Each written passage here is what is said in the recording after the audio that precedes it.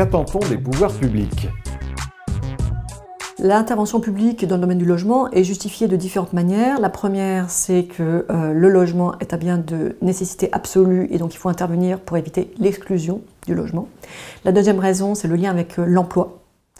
Avoir un marché du logement fluide permet aux personnes de bouger là où sont les emplois.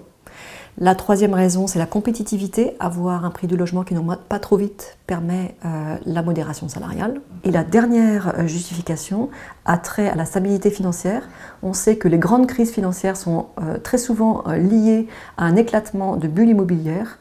Et donc, empêcher la formation de ces bulles immobilières peut être aussi un objectif des pouvoirs publics. Le problème, c'est qu'on attend beaucoup de la part des pouvoirs publics. Le logement, c'est un secteur primordial, rien qu'en termes économiques. Il représente quelque chose comme entre 20 et 25% du PIB. C'est énorme, c'est un secteur prioritaire, il faut le soutenir de façon efficace. Le problème, c'est qu'on attend beaucoup plus de la part des politiques. On attend à ce qu'ils fassent en sorte que la ville soit un endroit attractif, soit un lieu où il fait bon vivre. Donc la politique du logement doit se penser conjointement avec la politique de la mobilité, avec la politique urbaine.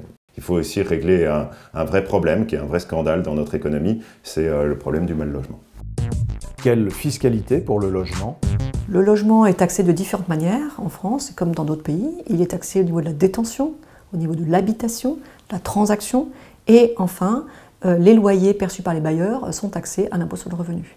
Cette fiscalité pose différents problèmes, notamment la taxation des transactions qui est relativement élevée en France nuit à la fluidité du marché, donc on a des comportements de rétention de logements vacants. La deuxième chose, c'est l'absence de neutralité de la fiscalité par rapport au choix des individus. Par exemple, si vous êtes salarié à Rennes, propriétaire de votre logement et vous perdez votre travail, vous retrouvez, mettons, un emploi à Grenoble et vous n'êtes pas sûr, a priori, de garder cet emploi sur le long terme, donc vous allez vouloir louer un logement à Grenoble et mettre un locataire dans votre logement à Rennes. Et en fait, en faisant cette opération, vous allez être perdant. Pourquoi? Parce que vous allez payer des impôts sur le loyer que vous percevez de votre locataire à Rennes, et sans récupérer rien à Grenoble. Et donc ça, on peut considérer que c'est un frein à la mobilité du travail. La fiscalité du logement est très complexe.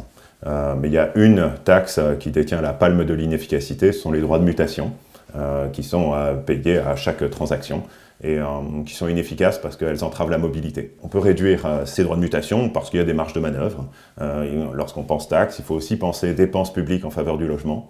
C'est 40 milliards par an, beaucoup de mesures inefficaces, essentiellement des aides, que ce soit pour les propriétaires ou pour les locataires, qui sont inflationnistes. Donc oui, il y a possibilité de réduire ces droits de mutation et également de réduire ces aides inflationnistes. Quelles mesures prioritaires à vos yeux? On a une politique du logement en France qui consiste essentiellement à soutenir la demande. La demande de la part des propriétaires avec des dispositifs comme du FLO ou le prêt à taux zéro, et un soutien des locataires avec les aides au logement. Ces aides, il a été montré qu'elles sont inflationnistes, elles tentent à faire monter le prix du logement si l'offre ne suit pas, ce qui est le cas en France.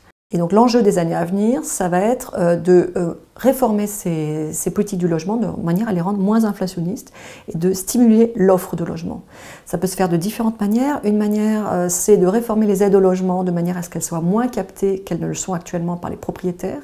Une autre manière, c'est de fluidifier le marché du logement social, permettre à des organismes HLM d'aller construire dans des zones tendues qui ne sont pas leurs zones d'appartenance habituelles.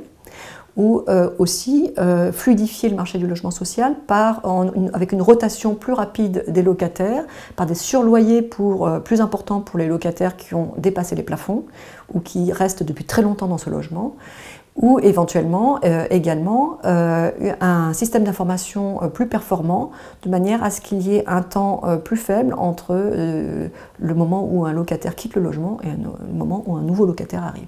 Réussir le Grand Paris.